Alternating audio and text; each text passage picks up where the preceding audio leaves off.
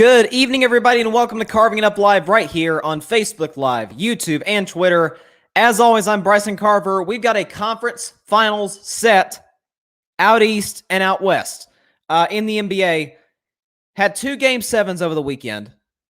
We had a guy who's come up small in the playoffs numerous times, come up huge in the last two, or I should say two of the last three Clipper games, a perennial loser that's in their first conference finals.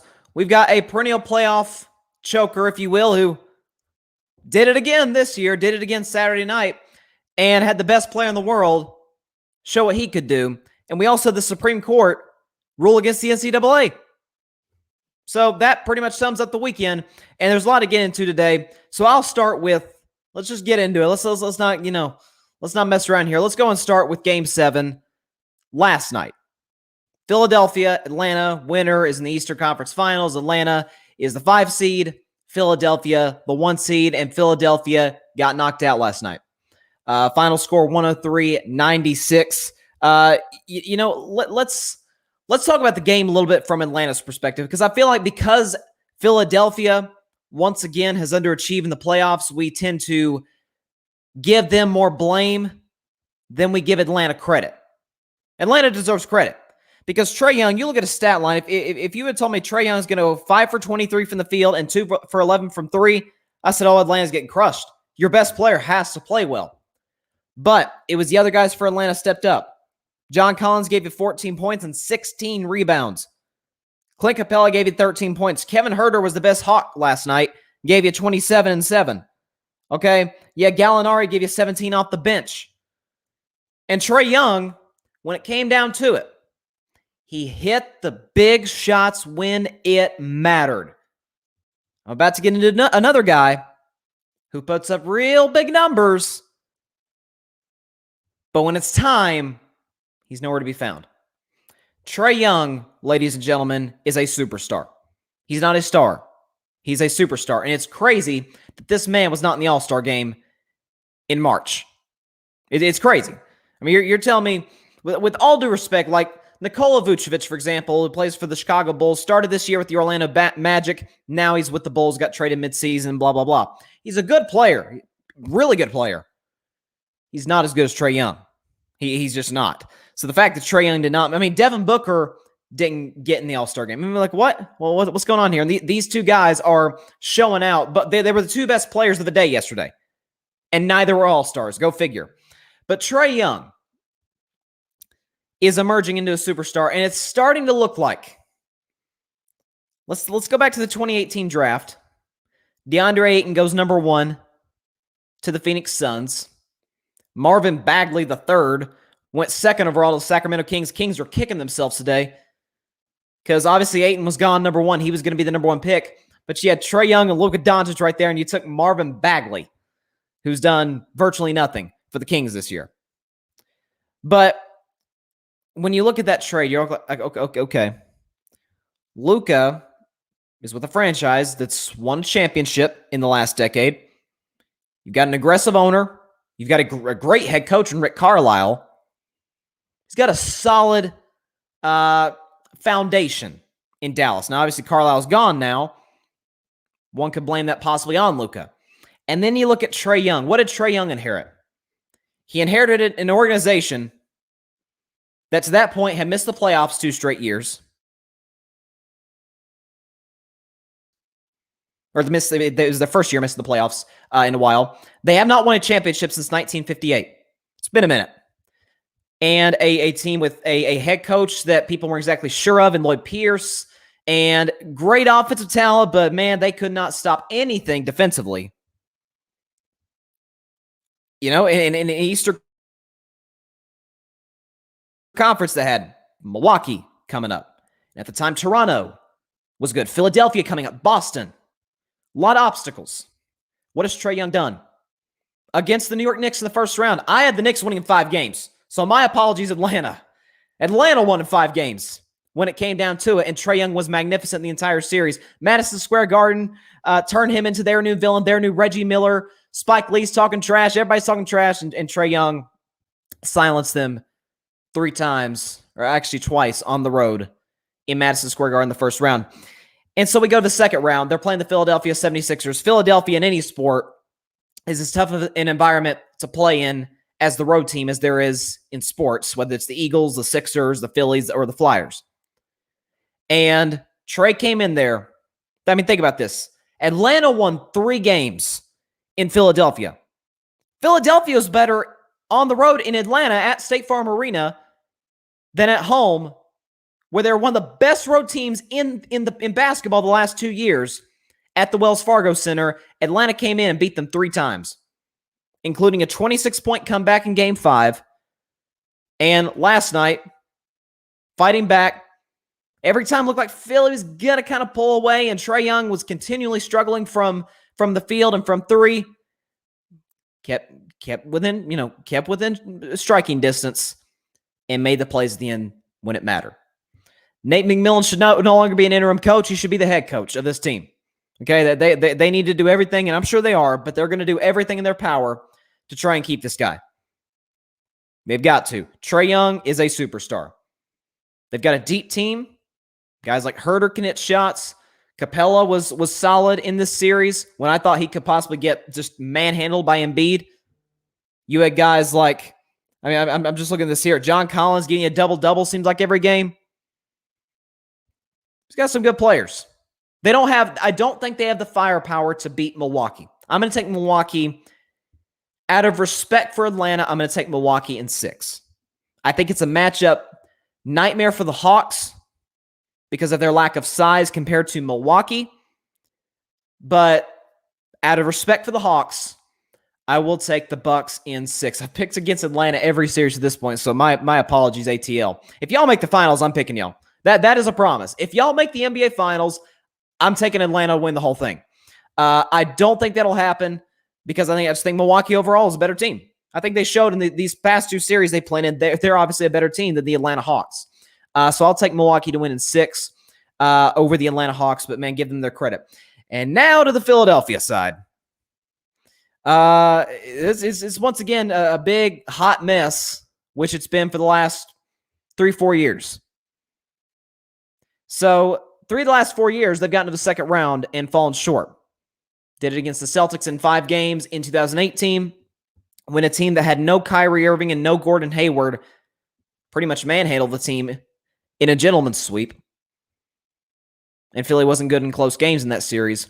A year later, Kawhi hit the only Game 7 buzzer beater in NBA history to knock them out in Toronto in Game 7 and send the Sixers packing. Last year got eliminated in the first round. They had injuries, whatnot. Brett Brown got fired. This year, number 1 seed. You got Joel Embiid, who's a top 3 candidate for MVP. You got Ben Simmons, and I'll get into Ben Simmons. Top 3 for Defensive Player of the Year. You got Doc Rivers, a championship-winning head coach. You got a deep basketball team with guys like Korkmaz and Seth Curry and Thibault, who's a great defensive player. Dwight Howard. And they once again fall short in the second round. Let me start with Doc Rivers. Doc is obviously one of the most respected coaches in basketball.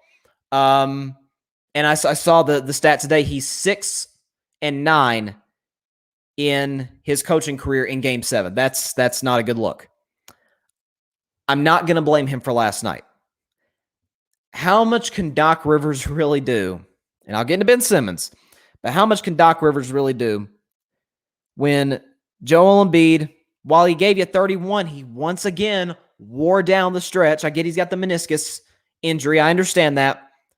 But you got to show. Game 4, they needed him. He went 0 for 12 in the second half. Game 5, faded away. Last night, faded away. Wasn't great down the stretch of Game 6 either, to be fair. And then when your starting point guard is going 2 for 4, taking 4 shots, didn't attempt a shot in the second half, and scoring a grand total of 5 points, I don't know how much Doc can really do there. And by the way, Trae Young was missing shots. This series, yeah, Doc deserves blame. I'd say specifically for games 4 and 5. Games 4 and 5. Game 4, they got an 18-point lead and blow it.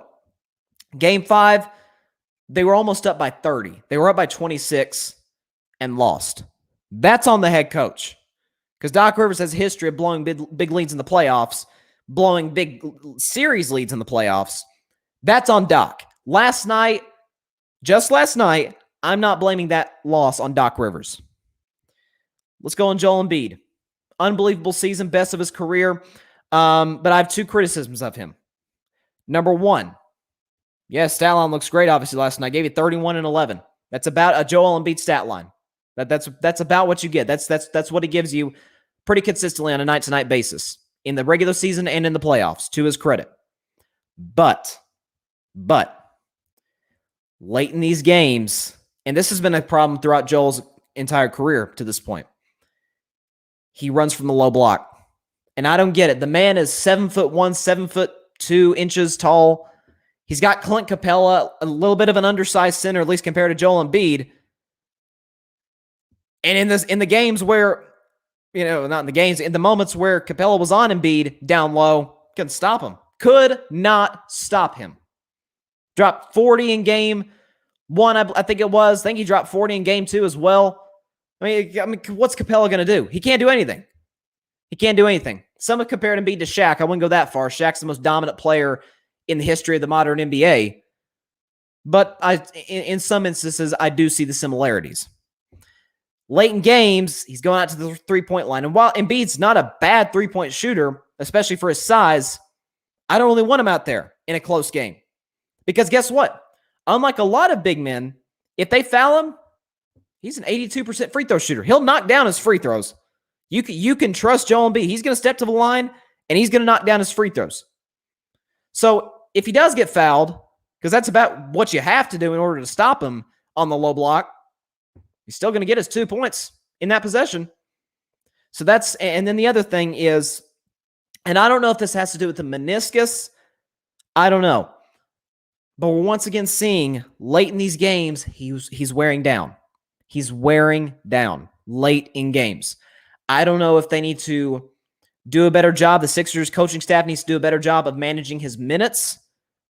Maybe Brett Brown didn't do a great job. Maybe Doc Rivers isn't doing a good enough job of managing his minutes and keeping him fresh for the fourth quarter. But this is another postseason where he's wearing down, and because of that, he's stretching out to the three-point line. That's my two criticisms of Embiid. But he's a superstar. He's an MVP candidate. He's a guy you can build your team around. He showed that. And then to his sidekick, Ben Simmons.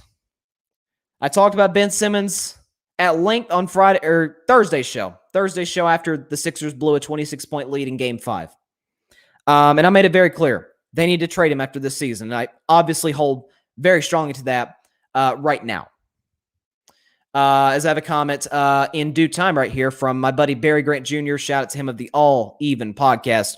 He says this is all on Ben Simmons. Embiid will wear down when he has to carry this team. Fair enough. Maybe he needs a true superstar, or at least an all-star. I know Ben Simmons is an all-star, but come on. Teammate to come along with the ride with him. If the Sixers possibly go out maybe and get a Damian Lillard, possibly in a trade, it is an opposite conference. If the Trailblazers were to deal him, I think they want to deal him out east. Maybe not to a contender like Philly is, but maybe that's what they need to do. But Ben Simmons, as one of the frequent watchers of the show has told me, and I think this is as good of a comparison as you could have, he is the NBA's Jay Cutler. He don't care at all. It's a Game 7. Your season's on the line. You've got championship aspirations and expectations, and they got to take you out.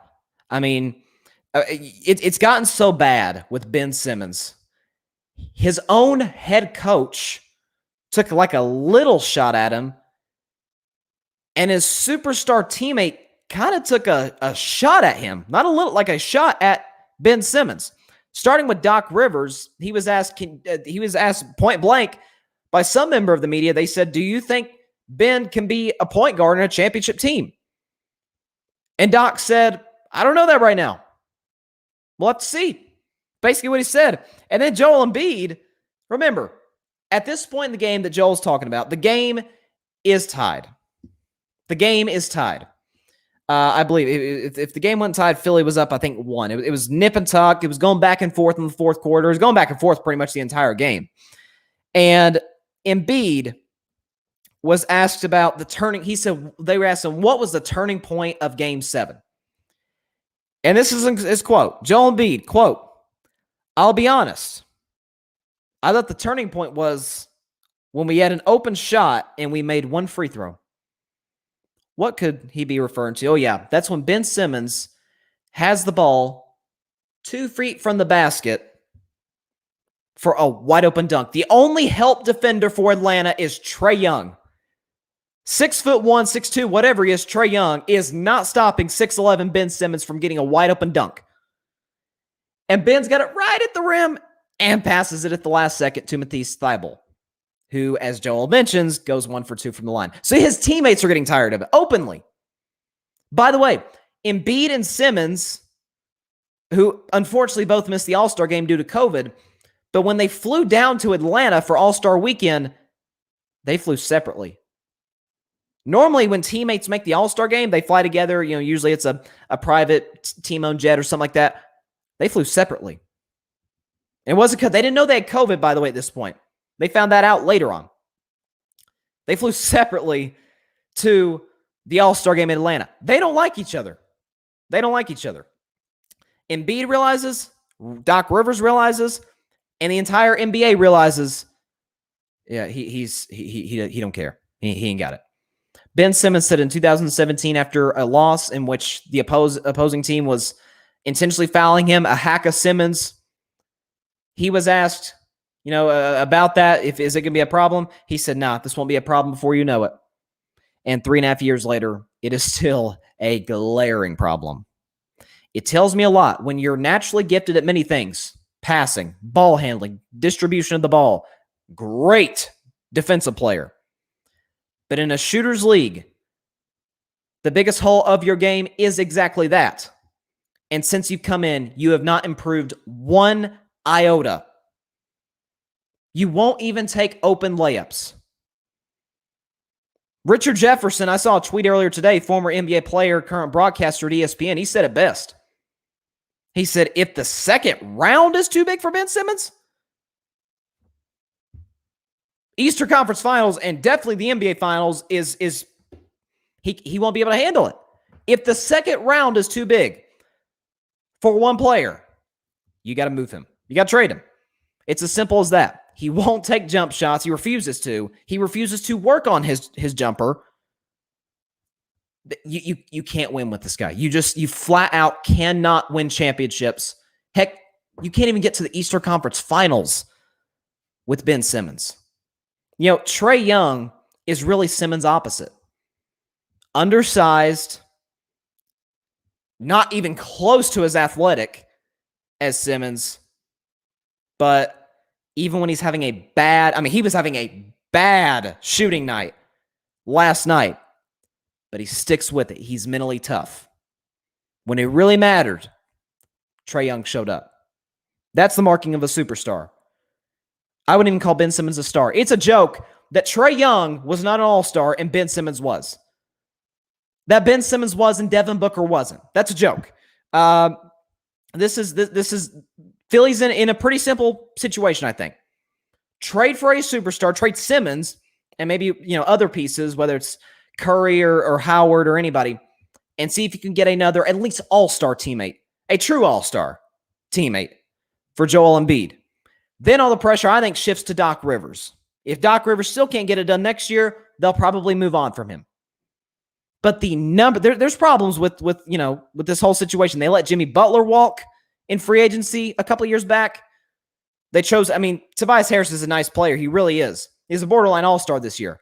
But they chose Tobias Harris over Jimmy Butler. Jimmy Butler carried the Heat to the finals last year. Okay? They made a big mistake there. The number one biggest problem with the Philadelphia 76ers is not even a debate. It has been Simmons. He does not care. He's got this blasé, no killer in him. And so, as I have a comment from Grady Edwards, shout out to him. He's the one, by the way, who called Ben Simmons the NBA's Jay Cutler. So shout out to him. He says someone on FS1 called Simmons and Andre Robertson with handles. Yeah, that's a good comparison. Neither can shoot. Robertson's a great defender, like Simmons. Yeah, that's a good comparison. They're both. I mean, Robertson's probably like 6'7", 6'8". So there's a little size difference there, but that's another great comparison. He's Andre Robertson with handles. So yeah, that's the Philadelphia 76ers in a nutshell for you. Now to the other game 7. The other game 7.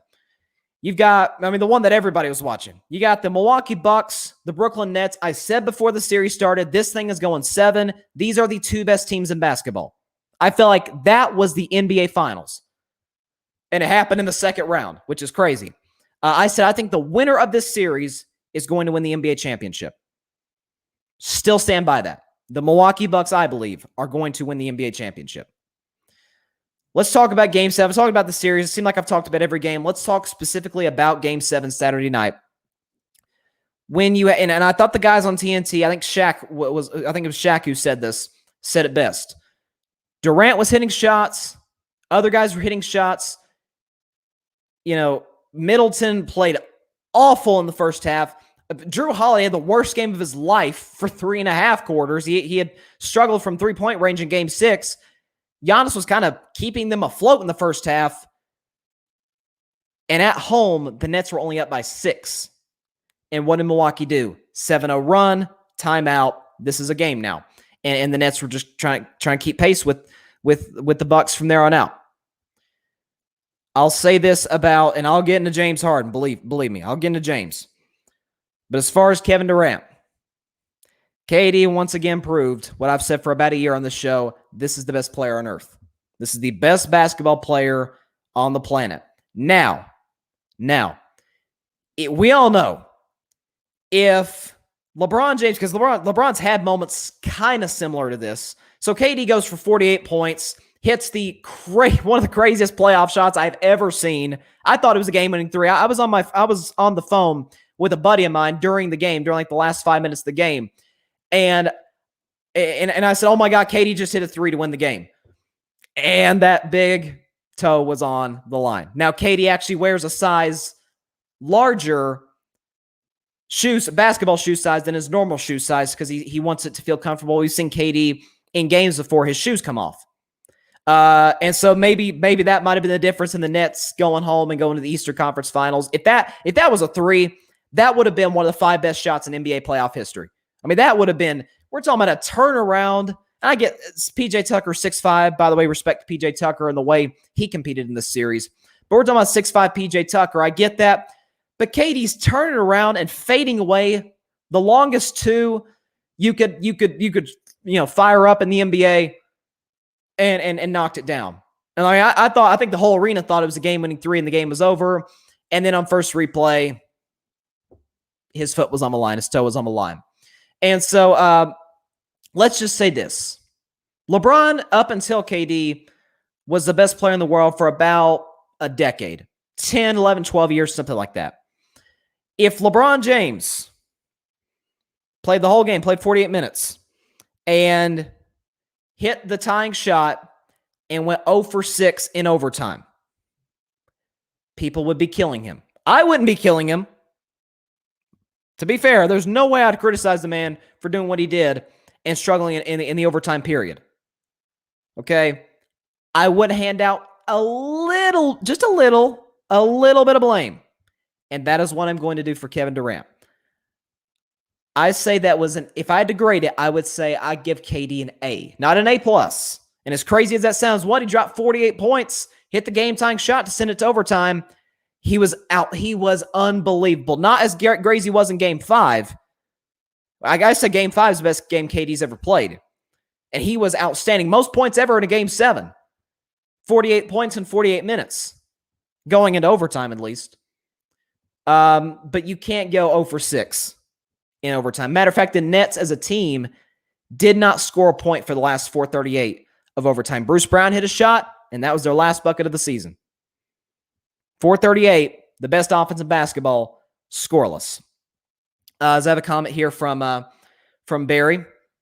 He says, I have no sympathy for KD. Bron has been asked to do this for 17 seasons. When you choose to team up with 2 question marks, you get what you ask for. This Nets team was destined for this loss. I'm not saying I got sympathy for KD. I will say he dragged the team in Game 7. I mean, that was, like I said, I'm going to get to James Harden. Dragged the team in Game 7. But he does have to be better in overtime. He just does. Kevin Durant's got to be better in the overtime period. In the last 5 minutes, and on the Milwaukee side, by the way, let me give credit to both Drew Holiday and Chris Middleton, and for that matter, Giannis. Let me start with Giannis because he's the best player on the team, obviously. We've killed him the whole series. I mean, especially in Game 5, I was all over him. I'm like, you got James Harden one-on-one in the post, and you shoot a fadeaway with 2 minutes left, and he dropped the, Middleton handed him a great pass, threw him a great nifty little pass in the paint.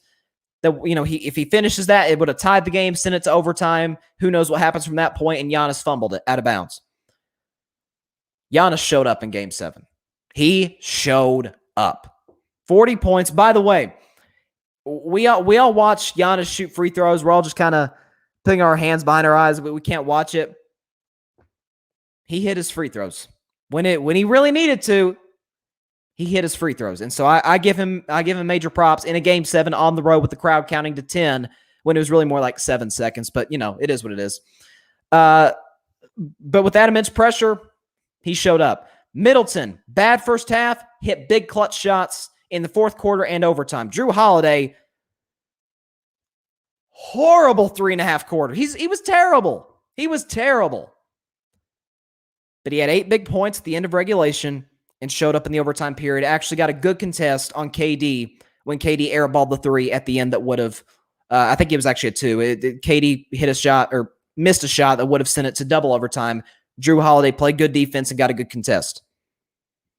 That's what those 2 guys need to do for Milwaukee. That's what they needed to do, especially Middleton, because he's been there longer than Drew Holiday. What they've asked him to do for the last few years that the Bucks have been in the championship conversation. That's what they needed to do. Giannis showed up and showed up when it mattered, as did Middleton and Drew Holiday. Stat lines may not look very efficient because they're not, especially in Holiday's case, but when it mattered the most, they showed up.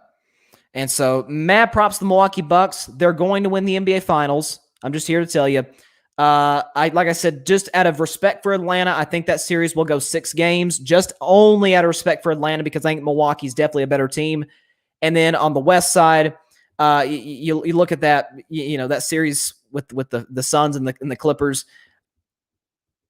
I like the Suns a lot. I don't think Devin Booker can drop 40-point triple-doubles the entire series. Obviously, he was excellent yesterday afternoon. But then I see they were without Chris Paul. And before Chris Paul, they were 26-39 before the bubble last year. I don't think they could beat Milwaukee if they got to the finals. And then the Clippers can't win a championship if Kawhi Leonard's not there. It's plain and simple. And I don't think Kawhi Leonard's is going to be there. I do have the Clippers winning the series, though. Just throwing that out there. As we have a comment from Grady Edwards. He says, not quite there with you on KD being the best player in the world. I will give it up if LeBron does not come back healthy next season. AD, I think LBJ has been completely healthy. He could have gotten the LA Lakers past the Suns in 7 games. He says they took the Suns 6, very compromised. That's a fair argument. I think LeBron James is going to be outstanding next year. I still think he is one of the greatest players in the league. He's the second greatest player ever. You can't have an intelligent basketball discussion without Jordan and LeBron being in the top 2. If you think LeBron's the GOAT, cool. I think Jordan's the GOAT. That's fine. But those are the 2 best players ever. LeBron's going to be healthy next year. He'll have a full off season this go around. He'll be great. I just think the fact that he'll be in year 19, age 37. I don't think he's at that stage where he can carry team.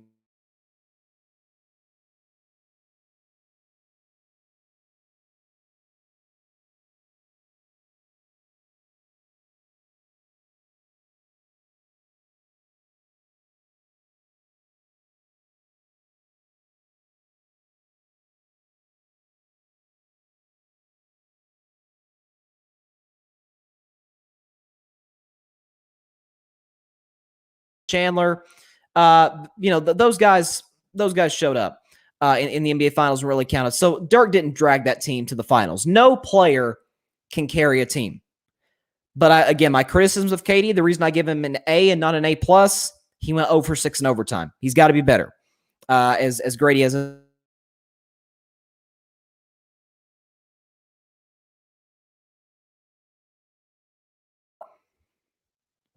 that sucks. Okay. Sorry, Grady. I can't pull up your comment here. I can read it here on the side. Okay, there it is. He says, what do you think if the Nets need to do to round out their roster going into next season? Personally, I think they need to trade DeAndre Jordan and Dinwiddie for some 3-and-D wings. Yeah, I mean, was that not the biggest criticism of the Nets? Is their defense. And they weren't bad in the playoffs. They had stretches, but they were really good defensively. But similar to the Utah Jazz, and by the way, the Jazz getting knocked out in 6 games maybe doesn't help their case. But what did Utah do? They had a bunch of 3-and-D guys. Guys that can knock down the three. They were the best three-point shooting team in the league. And guys that could go back and play defense. I agree. DeAndre Jordan was virtually irrelevant for the Nets this year and last year for that matter. Dinwiddie is a free agent, so they can't trade him. But I would agree with you if maybe a sign and trade possibly get something in return for Spencer Dinwiddie. I think would absolutely would help the Nets cause for going after a championship next year. So let me now transition to the Nets' second best player, James Harden. Now I know what everybody's going to say. He had the hurt hamstring. I understand that. If James Harden in his career had a really good playoff resume, I'm not even saying ring. Let's say James Harden had a Chris Paul resume in the playoffs. Chris Paul's, forget winning a championship, Chris Paul's only been to one conference finals. But we know Chris Paul affects winning as much as, I would say, outside of Steph and LeBron, nobody in the NBA affects winning more than Chris Paul. If James Harden had his playoff resume, I'd take that argument that, it was the hamstring. But this is once again in the playoffs. James Harden didn't show up when the money was on the line. May I start with 2015? 2015, it's the Western Conference Finals, Game 5. Houston Rockets, Golden State Warriors. Golden State's got a 3-1 lead. Not criticizing James for not winning that series, but it's a 3-1 deficit. I'm not going to criticize him for losing that. But in Game 5, with his team season on the line, he had a playoff record 13 turnovers, and Houston lost and went home. 2 years later, 2017 is the second round. They're playing the San Antonio Spurs. They're at home. They're down 3-2, but they're at home. And the Spurs' best player, Kawhi Leonard, is probably out for the series with an ankle injury. So James is at home. By the way, that year, James finished second to Russell Westbrook in the MVP voting. They're playing a Spurs team whose best player is an out-of-his-prime LaMarcus Aldridge, an old Manu Ginobili. By the way, Tony Parker was also out of that game. He got hurt in the previous series. And James Harden laid a complete egg. And the Rockets lost by 39. On their home floor with their season on the line, they lost basically by 40. The year after that, 2018, the Rockets have a 3-2 lead over the fully loaded Golden State Warriors, in large part because of Chris Paul. Now, this year, James Harden won MVP. This was his MVP year, 2017-18. But Chris Paul pulls his hamstring in Game 5. Rockets hang on and win. They've got a Game 6 on the road at Golden State. Now, not many people really expected them to win. Fair. But in the second quarter, Houston had a 17-point lead and lost the game by 26. That's a 43-point turnaround. If you're the MVP, that can't happen. So we go to a Game 7. It's on your home floor. There's obviously still no Chris Paul. James, if you are the most valuable player, stage is yours. In the first half, the stage was his, and it was the Houston Rockets. They led by 15. In the second half, that Rockets team missed 20. This still sounds crazy to this day. 27 missed threes consecutively. And James Harden was a part of that. James Harden was very much a part of that. The Rockets were up by 15 at half, lost the game by 9. That's a 24-point turnaround. So a year later, they're playing the Golden State Warriors. Just saying, oh, it's Golden State. They're just too loaded. They're just too loaded. Well, Houston's down 3-2 in the second round to the Warriors in 2019. And this go around, Chris Paul is healthy. Chris Paul's there. He's not hurt. He's there. And on the Golden State side, Kevin Durant is out for the series with a calf injury. To that point, Steph had a bad series. Clay had been a roller coaster. Draymond hadn't been great. It's at home. Everybody, guys, I'm a Warriors fan.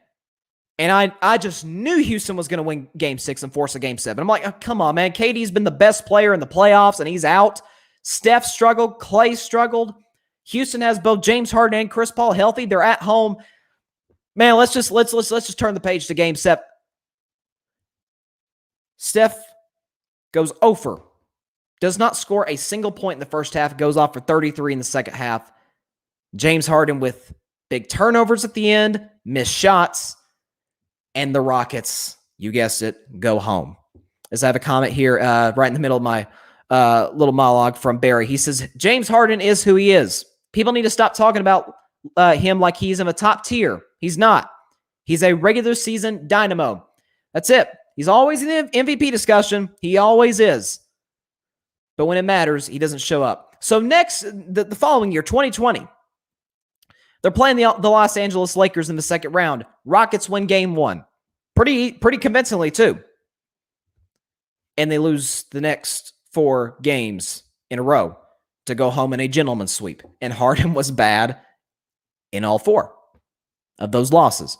So now he's with Brooklyn. Now he's not the best player on the team. So it's like, okay, this is James Harden's clearest path to a championship. He's with Kevin Durant, best player in the world. He's with Kyrie Irving, who's as entertaining a player as there is in the NBA. He's got the best handle. He's obviously a great scorer. Kyrie really had his best season of his career this year. But he goes down with injury in Game 4 of this round. And so the Nets got a Game 7 Saturday night. KD drops 48. He drops 48, most ever in a Game 7. And James Harden's nowhere to be found. Now, to be fair, Joe Harris was also not good. But now I'm not counting on Joe Harris to come along for the ride with Kevin Durant. I'm just not. Again, people say, oh, it's the hamstring. If James Harden had a good playoff resume, I'd give you that. I really would. I would give you that. But he doesn't. Year in and year out in epic fashion. It ain't just that they lose. It's not just they lose to these teams. It's that in many cases, he had the better team on the court or the more favorable situation on the court and played miserably, far under what he normally does in the regular season. It's highly likely that unless Brooklyn maybe wins a championship next year or the year following, we got to see what they do in the offseason. But it's very possible that James Harden's going to be in that Karl Malone, John Stockton, Charles Barkley, even his old teammate Russell Westbrook category of best players ever to never win a ring. What do those guys have in common? They didn't show up in the playoffs. They weren't themselves in the playoffs the way they were in the regular season. James Harden's a great player. He's a top 10 player in the world. But this is, once again, like clockwork. Every single year you can bet on it. Death, taxes, and James Harden not showing up in the playoffs. He was once again, when his team needed him most, when his teammate Kevin Durant needed him, just give me something. He didn't show up. I mean, I saw a stat, and I almost vomited in my mouth. They were showing Dwayne Wade, James Harden, and Kobe Bryant's playoff stats side by side. Basically to kind of help James Harden's case, because across the board in almost every category, James Harden's numbers were better than Dwayne Wade and Kobe Bryant, 2 of the greatest shooting guards in the history of the league. Probably the 2 of the 4 greatest shooting guards ever. Because obviously Jordan's the greatest shooting guard ever. Then you got Kobe, no doubt. Then I put Jerry West. Then probably Dwayne Wade. And James Harden's playoff numbers are better. And this is why I always say about stats and about numbers. Without context, it's just numbers laid across the table. Without context. James Harden, by the way, takes way more shots than those guys do or did on a nightly basis. Dwayne Wade, what does he have that James Harden doesn't have? Kobe Bryant, what does he have that James Harden doesn't have? Not just rings. They have moments. Dwayne Wade, down 2-0 to the Dallas Mavericks in the 06 finals. You say, well, he had Shaquille O'Neal. Go look at Shaq's numbers in that series. They were not LA Lakers Shaq or even Orlando Magic Shaq. Dwayne Wade dragged that team. They were down by double digits in the fourth quarter of Game 3. They could have went down 3-0. Instead, they won 4 straight and beat Dallas in 6 games in the NBA Finals. Kobe Bryant, playoff moment after playoff moment for that guy. We're talking about dude who has 5 rings, 2 Finals MVPs, had a 3-peat in the first part of his career and a 2-peat back-to-back championships the second stage of his career when he had an all-star big. When his team needed him most, Kobe showed up. All the buzzer beaters in the playoffs, all the big moments. Remember when Shaq fouled out against the Pacers in Game 4? And Kobe, I don't remember his exact line. I think he ended up dropping 34 or something like that. When you needed him most, Kobe showed up. When you needed him most, Dwayne Wade showed up. When you need him most, James Harden is Houdini. He's nowhere to be found. He is nowhere to be found. And this is who he is in the playoffs. So doesn't shock me because I've talked about it at length on this show. But it is what it is. And James Harden is who he is.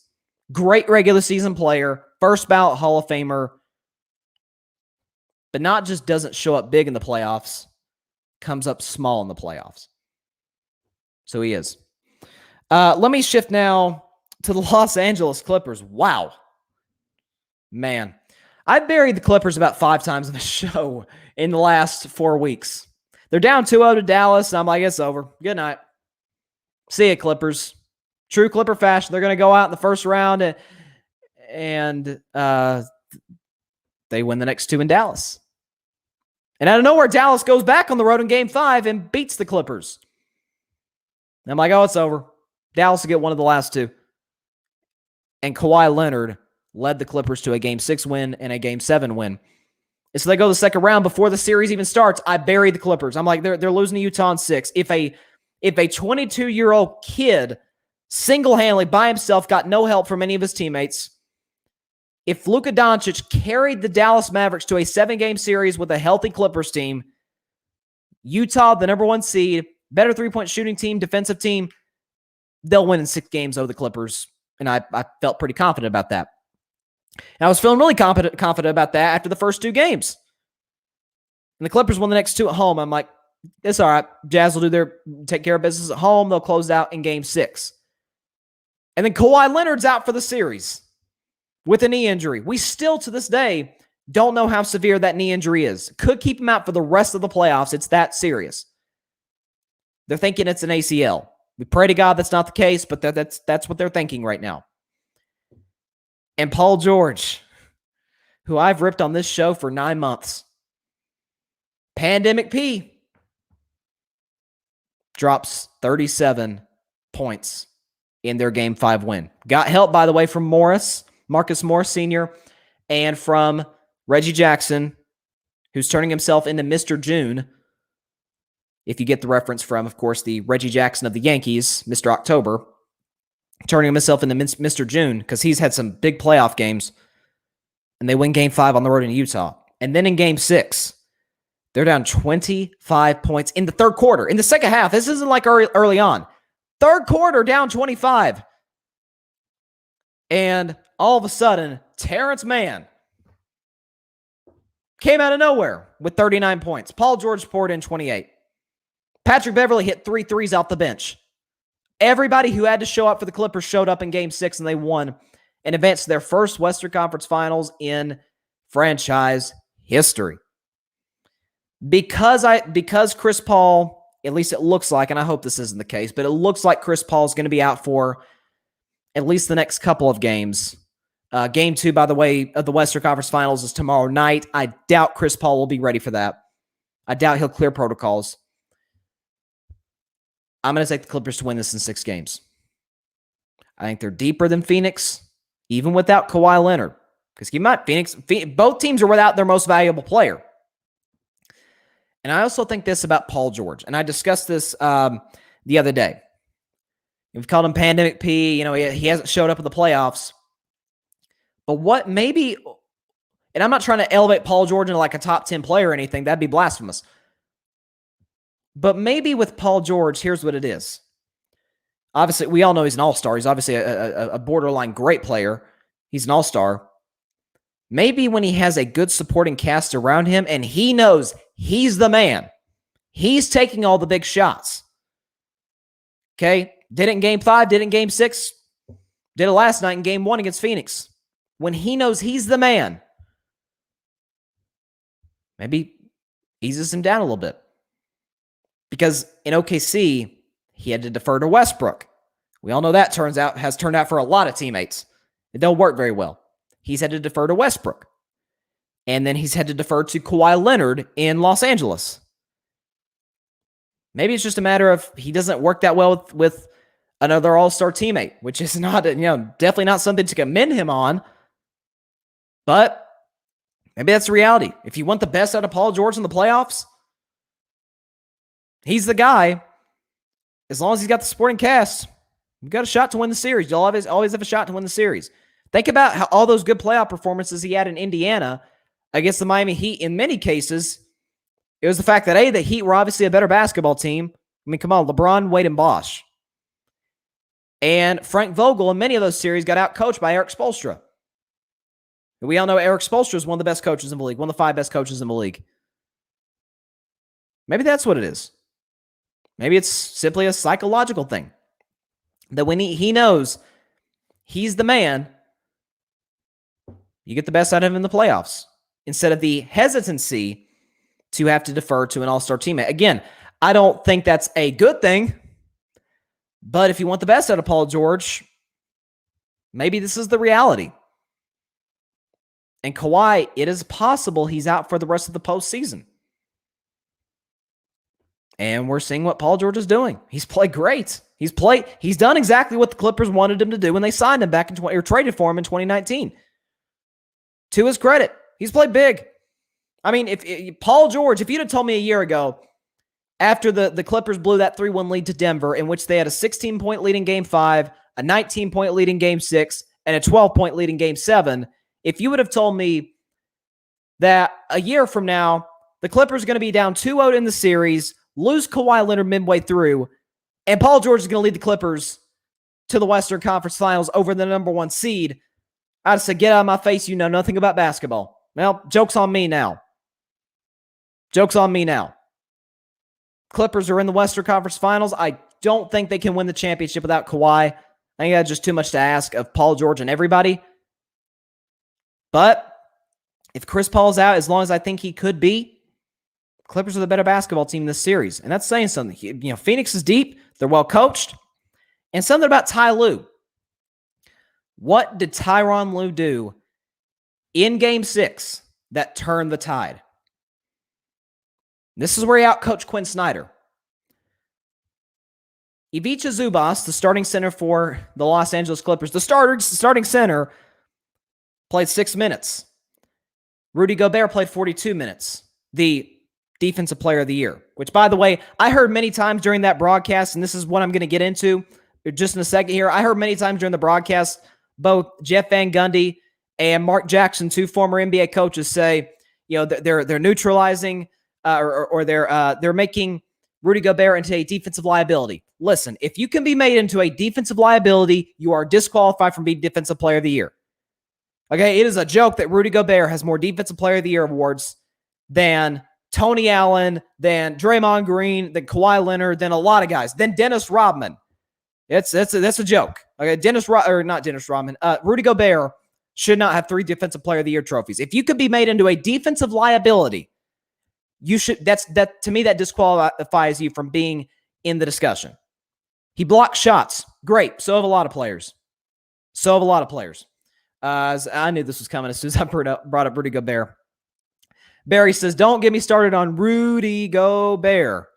Most ineffective $30+ million player in the league other than Ben Simmons. I totally agree with you there. But what did Tyronn Lue do? He realized the Jazz were going to keep Gobert for whatever reason in as long as they possibly could. 42 minutes. So he went small, and he went 5 out. 5 guys that can knock down an open 3. What did that force Rudy Gobert to do? Play out at the 3-point line, which frees up the paint for cuts, backdoor cuts. Golden State did this for years. Still kind of do it at times. Frees up the paint for cuts, and you got a 7'1" guy who's having to guard guys off the dribble, which obviously Rudy Gobert cannot do. So give Ty Lue a lot of credit. And this, to me, is an indictment on Doc Rivers, the way Ty Lue is coached, because Doc was not able to make these adjustments against Denver last year. And Ty Lue, down 2-0 in the first round, eventually down 3-2, and down 2-0 in this series against Utah. He's done a marvelous job. I saw the other day that Tyronn Lue is 12-1 when his team has a chance to close out the series. It's time to give Ty Lue his credit. He is turning him. We are starting to see he is a great coach. And the playoffs, they'll bring out the best out of you. They'll bring out the worst out of you. And it's bringing out the best out of Ty Lue. It's just doing it once again. He's got a championship ring for a reason. I know LeBron was outstanding in the 2016 finals. He was. And Kyrie obviously was outstanding himself. But Ty Lue had something to do with that finals in 2016. And he's had a lot to do here in 2021, as I have comments from a fired up Phoenix Suns fan. 5AK says, shout out to my Phoenix Suns. Let's go D-Book. Hey, D-Book, 40-point triple-double. Can't ask more than that, especially without Chris Paul. But unfortunately, 5AK, and I don't, unfortunately, I wish I had time. I don't have time to get into it. But I got Clippers in 6. Unless Chris Paul's back in game 2, I'll have that as my caveat. If Chris Paul's back in game 2, which I don't expect that to be the case, okay, I'll pick Phoenix because he's incredibly valuable to that team. But if that's not the case, Clippers are going to win the series. If they beat Utah, if by the way, without Kawhi Leonard, Phoenix without Chris Paul, they can beat this team. So, yeah, shouts out to Devin Booker, by the way. Showed up big yesterday. Grady Edwards says, Tyronn Lue has gained my respect. Prior to this postseason, I thought he was one of the worst coaches to win a title in sports. I was wrong. Not an elite coach, but he knows how to coach vets. 10th best coach in the NBA. I may have to rate my coaches at least after the hiring process is done. Or at least rank maybe my 30 best coaches of the 30 teams from this season. Ty Lue will absolutely be up there. So, yeah, shouts to him. He made the adjustments when he had to, and that's why the Clippers are in the position they're in. And in their first Western Conference Finals in franchise history, can you imagine if they won the finals? Can you imagine? It would only be right for these crazy playoffs for the Clippers to win the championship. That would only make sense in these playoffs. In no other playoffs, but this year, I'm not ruling anything out. But let's not get ahead of ourselves. We're barely into the conference finals. Let's not get too far ahead of ourselves. But shouts to all the Clippers. Now, shifting from the NBA, I think it's been like 2 weeks since I've done an NFL topic, and that's going to continue because I don't have an NFL topic for this show. Going to have an NCAA topic, something I've discussed on this show at length since the inception of Carving It Up back in 2019. Now, let me ask you, in 2021, sadly, this is kind of a rhetorical question, but let me ask you a question. Is there one specific subject that Democrats and Republicans completely agree on? No, I'm not going to wait for you to answer. There's not. Until now, apparently. According to ESPN earlier today, and this kind of made my day, in a 9-0 vote, this is a sweet 9-0 vote, the Supreme Court ruled against the NCAA in regards to player compensation. Now, this has been something frequent listeners and viewers of Carving It Up know that this is something I'm very, very passionate about, is athletes, the amount of money, the millions of dollars they are pouring into these athletic programs, and they're not making a nickel. What does that? What business does that? Okay. By the way, if someone sells, let's think about Zion Williamson a couple of years ago at Duke. If someone sold a number 1 Williamson Duke Blue Devils jersey, Zion Williamson makes nothing from that. His likeness, name, image, and likeness, Zion Williamson, along with every other college athlete, couldn't make a penny. Okay? And so this is where I say this is ridiculous. I mean, we got coaches making $10 million. Great coaches, yes, but $10 million, come on. And the athletes are not getting paid anything? Nothing? Absolutely nothing? And so we saw in California with the Fair Pay for Play Act, or it was something along those lines. We see now at the Supreme Court siding with the players and voting against the NCAA. This is an attack on the NCAA status quo, and I'm all here for it. Because my thing is this: if you are, we saw James Wiseman and Chase Young. This is the first time I ever talked about this subject on this show. James Wiseman, back when he was at Memphis, in college basketball, obviously, and Chase Young, great pass rusher now with the Washington football team, back when he was at Ohio State. Both guys are going to be top draft picks in their respective sports in the pros, and around the same time, they both get suspended. Why?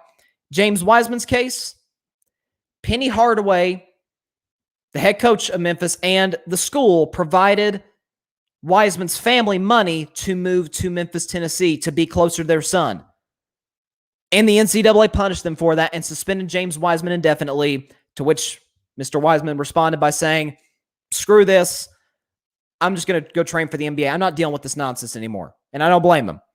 Chase Young got suspended for 2 games. That's 2 whole games now. There's 12 games in the regular season. He got suspended 2 games. Why? The year prior, Ohio State was in the Rose Bowl playing. I think they played Washington. They were in the Rose Bowl. And at the time, Chase Young's girlfriend, he paid for them to fly down to the game, fly out to Southern California, out to Pasadena to watch the Rose Bowl. And he got suspended for 2 games for that. We see guys on, I remember a few years ago, there was a kicker in the NFL by the name of, was it Josh Brown? I think it was his name. He got suspended 1 game. Half what Chase Young got suspended for paying for his girlfriend to come to the game. Josh Brown got suspended half that for DV, domestic violence. So the NCAA essentially views paying for your loved ones to come watch you play a football game. They view that twice worse than the NFL in some instances view domestic violence. That's what's wrong with the NCAA. And so, by the way, I thought, look at some of the statements made by some of these justices. You see right here that Brett Kavanaugh wrote. He says, quote, "The NCAA is not above the law. The NCAA couches its arguments for not paying student athletes in innocuous labels, but the labels cannot disguise the reality." This is well said, by the way. "The NCAA's business model will be flatly illegal in almost every industry in America." Again, tell me when. And by the way, I checked liberal sources. I checked conservative sources. Everybody pretty much agrees with this. And again, please find me a subject in which the left and the right agree. It's few and far between. We all know that. And I think that's well said. If you have somebody at a multi-million-dollar business doing a majority of the work, I mean, the NCAA is nothing without the players. You don't have games without the players.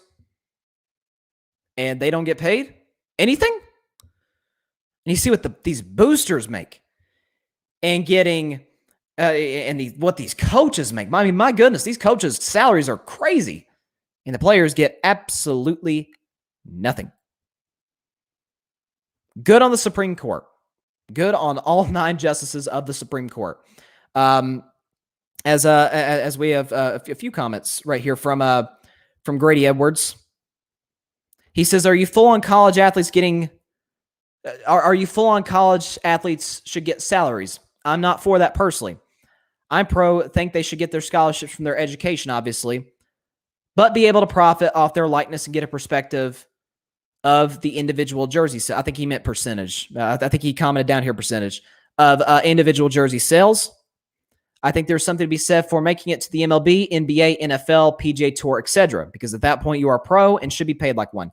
I'm not saying, Grady, that they should be paid like professional athletes. Because you're right. There's something to be said when you make the pros, you are the elite of the elite. But that because athletes start in high school and then that narrows down significantly in college, and that narrows down very much significantly once you make, like you said, the NFL, NBA, Major League Baseball, NHL, PGA Tour. You know, it narrows down significantly. I'm not saying Zion Williamson should get paid like LeBron James. He shouldn't. He's a college athlete. But maybe able to make something. When you look at the millions upon millions of dollars that these athletes pull in and they make nothing, like not even just they don't make anything. I think they should get something in regards to, like, they should do it based on percentages.